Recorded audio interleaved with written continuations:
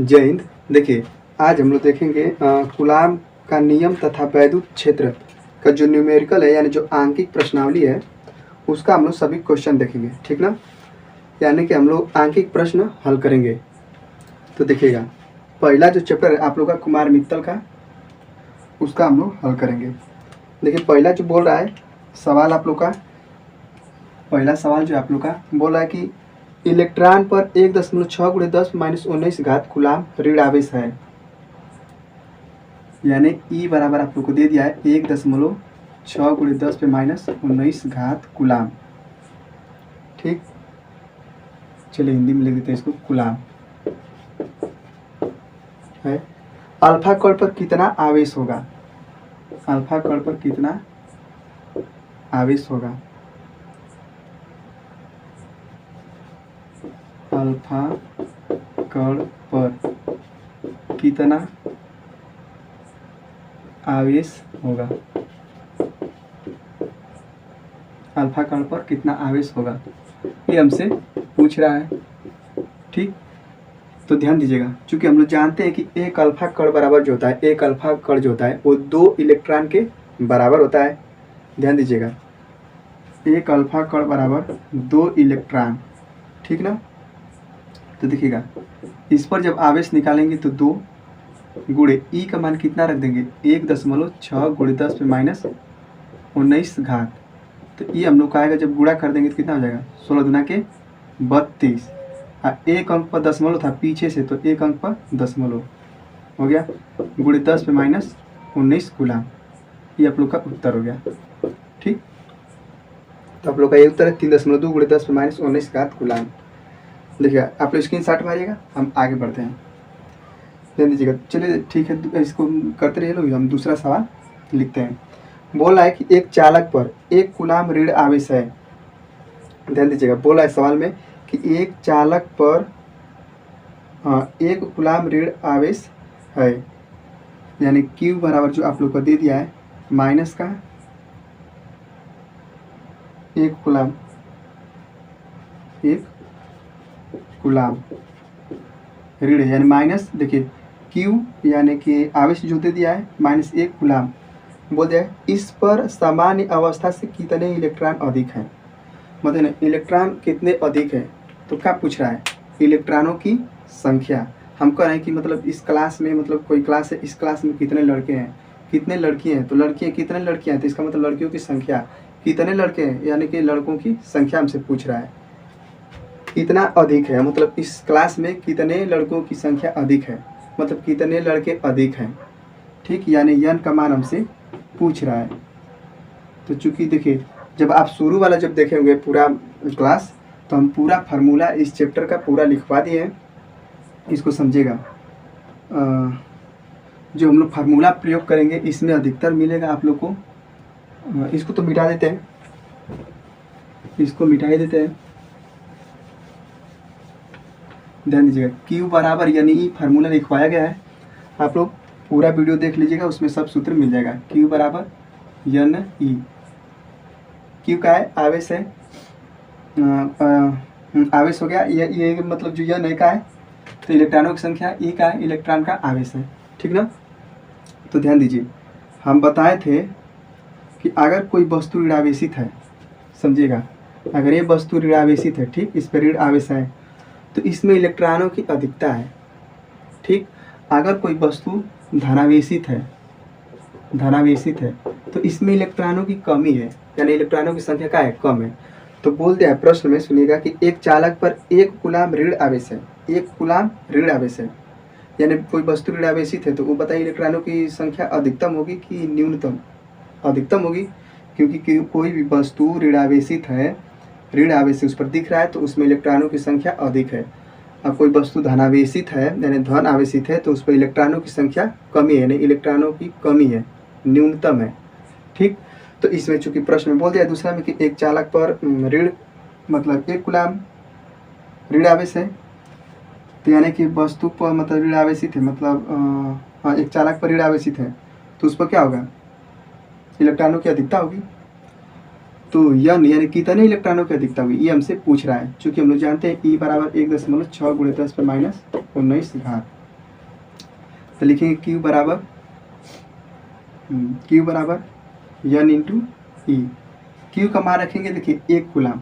ऋण आवेशित पे ऋण नहीं लिखेंगे, बस लिखेंगे क्यू का मान केवल 1 कूलाम यानी 1 लिखेंगे। N ई का मान 1.6 × 10⁻19 घात।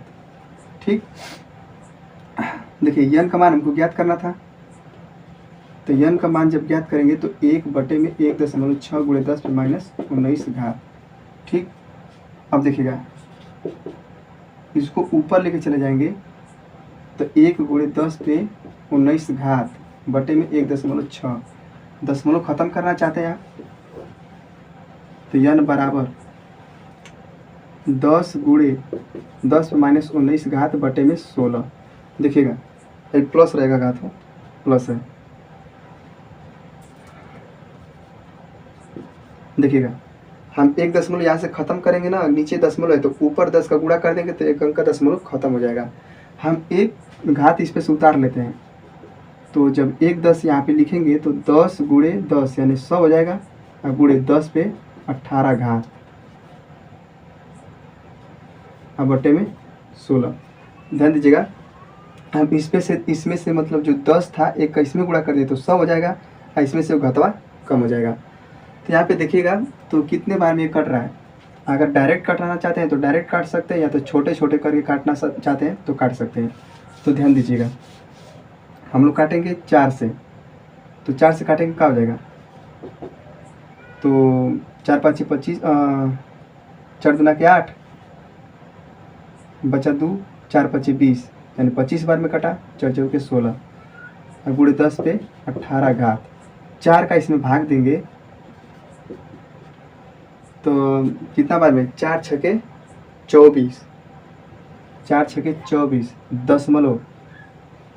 अब बच जाएगा 1, तो दशमलव आएंगे तो 10 हो जाएगा, तो 4 दूना के 8 बचेगा 2, 0 लगाएंगे फिर 20 यानी 4 5 20, 10 पे 18 का यही है। हाँ देखिए, तो आंसर आप लोग का यही है, मतलब कितने इलेक्ट्रॉनों की अधिकता है, तो 6.25 × 10 पे 18 घात इलेक्ट्रॉनों की अधिकता है। क्लियर दिख रहा है ना? हाँ ठीक दिख रहा है। तो ध्यान दीजिएगा, अब आप स्क्रीनशॉट मार सकते हैं। आगे चलते हम तीसरा प्रश्न पे, कुमार मित्तल का जो है बुक का, उसका तीसरा चलते हैं क्वेश्चन।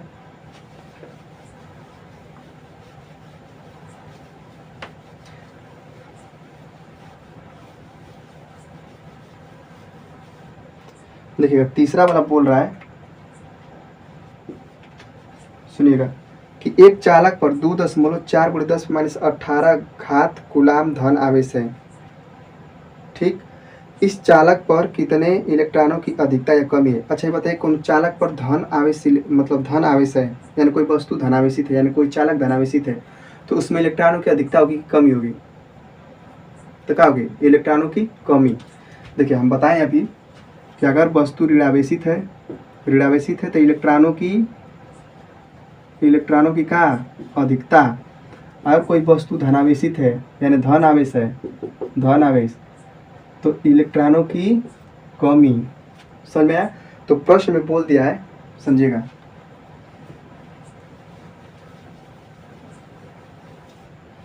इधर हम समझा देते हैं। देखिए अगर वस्तु ऋणावेशित है तो इलेक्ट्रॉनों की अधिकता, यदि वस्तु धनावेशित है तो इलेक्ट्रॉनों की कमी। तो ध्यान दीजिए, इधर बोल रहा है तीसरा प्रश्न में, एक चालक पर 2.4, तीसरा क्वेश्चन समझिएगा, एक चालक पर 2.4 × 10⁻18 घात कूलाम धन आवेश है, यानी Q बराबर दे दिया आप लोग का 2.4 × 10 पे -18 घात कूलाम, ये दिया हुआ है। बोला है कि इस चालक पर कितने इलेक्ट्रॉनों की अधिकता या कमी है, यानी यन यानी जो संख्या है,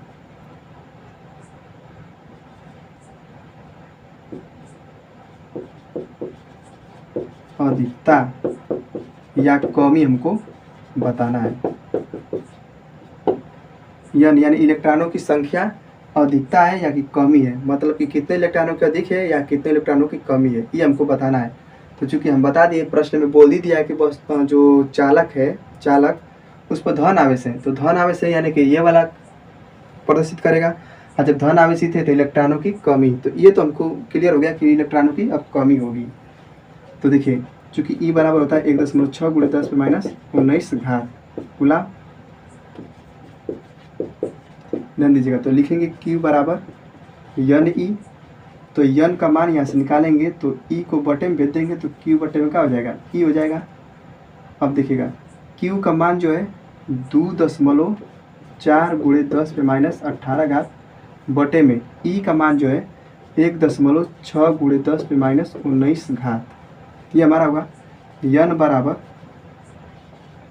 बराबर देखेंगे, देखिए ऊपर भी एक अंक पर दशमलव, नीचे भी एक अंक पर दशमलव, तो दशमलव से दशमलव काम खत्म। तो 24 × 10⁻18 बटे में 16 × 10⁻18। देखिएगा हम इसको जो घात है माइनस में नीचे ऊपर लेके जाएंगे तो प्लस में हो जाएगा। तो यन बराबर, इसको हम यहाँ काट लेते हैं 4 से, 4 छके 24, 4 चौके 16, तो 6 बटे में 4 बचा, और गुणे 10⁻18 और ऊपरा लेके जाएंगे तो 10 पर प्लस का 19 और फिर 2 से काट लीजिए। तो यन बराबर देखिए 2 × 6, 2 × 4।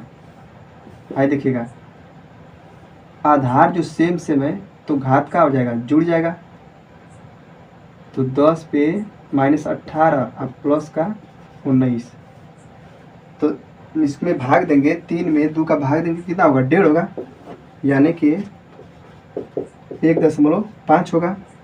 भाग जाएगा एक बार, फिर दशमलव लगाएंगे, 10 हो जाएगा, 2 × 5 = 10। अब देखिए हाई घट जाएगा, 10 पे कितना घात बचेगा, प्लस का 1 घात, 19 में से -18 हो जाएगा तो कितना हो जाएगा, 10 पे 1 घात, तो गुणे 10 पे 1 घात। हम इसको लिख सकते हैं 1.5 × 10, और गुणा कर देंगे तो कितना हो जाएगा, 150। और एक अंक पर दशमलव था तो एक अंक पर दशमलव लगा दीजिए, तो यन बराबर कितना मिला, 15। दशमलव के बाद 0 लगाए तो उसका कोई मतलब नहीं रह गया। ठीक, तो अब देखिए इतने इलेक्ट्रॉनों की कमी होगी कि अधिकता, तो कमी काहे कि हम बता दें कि जो चालक है वो धनावेशित है, यानी धन आवेश है, तो धन आवेश है तो इलेक्ट्रॉनों की क्या होगी, कमी। तो आंसर में लिखेंगे 15 इलेक्ट्रॉनों की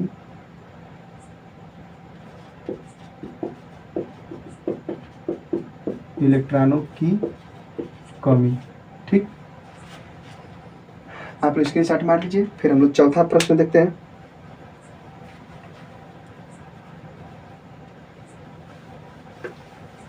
याद रखिएगा कोई वस्तु ऋण आवेशित है, ऋण आवेश है उस पर, या कोई चालक पे ऋण आवेश है तो उसमें इलेक्ट्रॉनों की क्या है, अधिकता है। अगर कोई वस्तु धन आवेशित है तो उसमें इलेक्ट्रॉनों की क्या है, कमी है। ठीक ना, तो ध्यान दीजिएगा।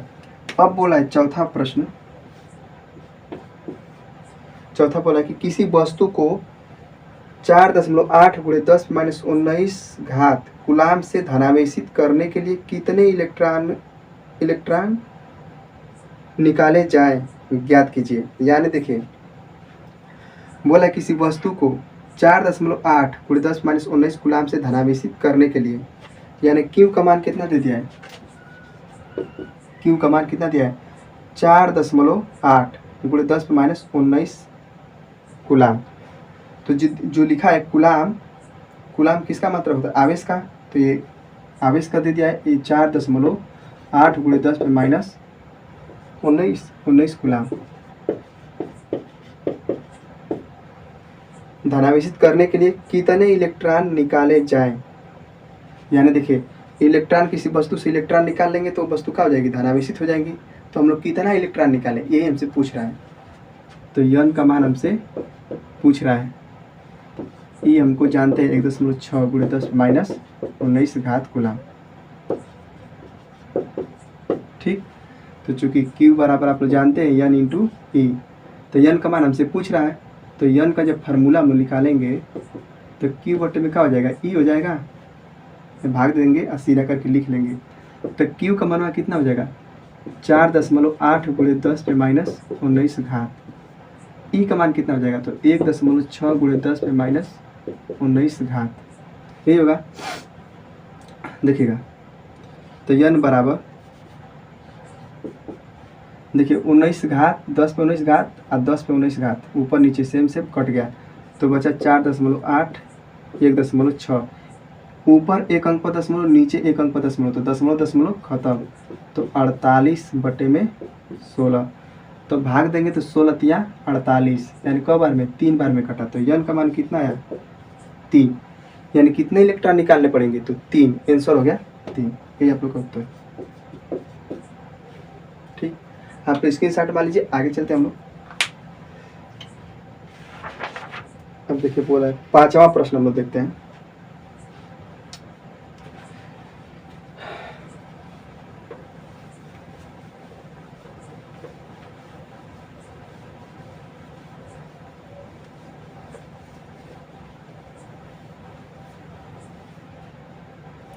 पांचवा प्रश्न देखते हैं। पांचवा देखिएगा, पांचवा प्रश्न बोला है कि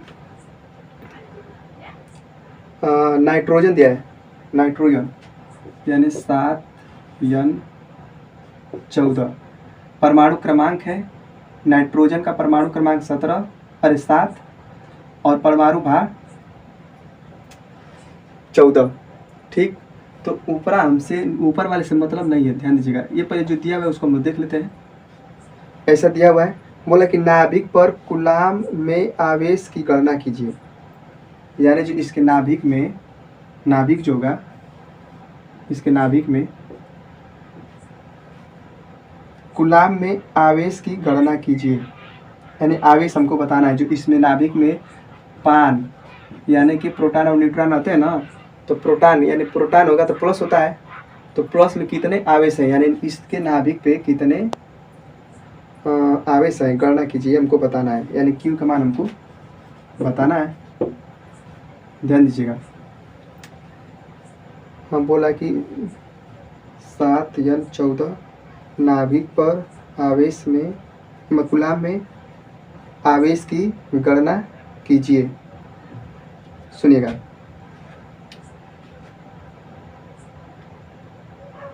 गणना कीजिए, ध्यान दीजिए।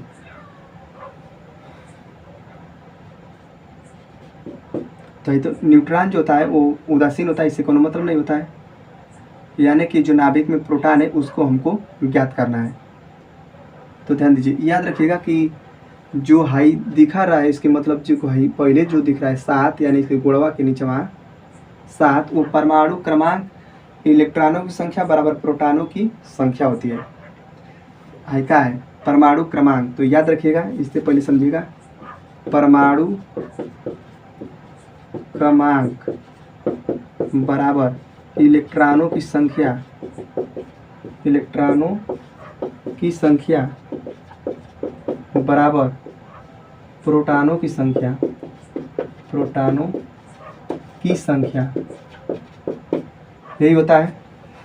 तो ध्यान दीजिएगा, तो इसके नाभिक में कितने प्रोटॉनों की संख्या कितनी हो जाएगी, बोला है ना कि नाभिक पर कूलाम में आवेश की गणना कीजिए, तो यानी कि यहाँ पे जो हो जाएगा नाभिक पर हमको ज्ञात करना है। तो नाभिक पर कौन सा होता है, प्रोटॉन होता है नाभिक में, तो प्रोटॉनों की संख्या हमको बोल रहा है, तो N-P। तो देखिएगा, हम बताए थे कि परमाणु क्रमांक और इलेक्ट्रॉनों की संख्या बराबर प्रोटॉनों की संख्या बराबर होती है। तो ध्यान दीजिएगा, यानी कि N बराबर हम लोग का दे दिया, समझिएगा, N बराबर हम लोग को क्या मिला है, यानी प्रोटॉनों की संख्या या इलेक्ट्रॉनों की संख्या का हमको मिला, तो 7 मिला, 7 है वही मिला। देखिए, किसी भी तत्व का जो परमाणु क्रमांक होता है वही इलेक्ट्रॉनों की संख्या के बराबर और प्रोटॉनों की संख्या के बराबर होता है। तो हमसे पूछा था नाभिक पे कितने मतलब आवेश की गणना कीजिए, पांचवा में ही पूछा था ना, हाँ, नाभिक में आवेश की गणना कीजिए। तो देखिए N बराबर हमको क्या मिला, 7 मिला, क्योंकि परमाणु क्रमांक इलेक्ट्रॉनों की संख्या बराबर प्रोटॉनों की संख्या कितनी, 7, यही जो गुणवा पे इसके लिखा रहता है तत्व के गुणवा पे, वही होता है हमारा का परमाणु क्रमांक। ठीक, और यही परमाणु क्रमांक इलेक्ट्रॉनों की संख्या प्रोटॉनों की संख्या के बराबर। तो Q बराबर हम लोग का होता है N इंटू ई। तो Q का मान हमसे पूछ रहा है यानी कितने आवेश हैं, N दे दिया है संख्या कितनी, तो 7 है।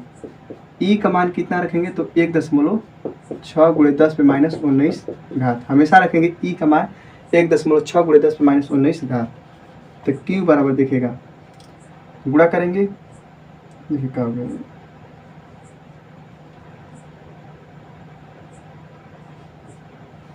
देखिएगा तो 7 का इसमें 16 में गुणा कर देंगे, तो यानी देखिए 7 को गुणा करेंगे 6 में तो कितना हो जाएगा, 7 छक 42, 80 मतलब 2 लिखेंगे, 80 4, 7 एकम 7 और 7 और 4 कितना हो जाएगा 11।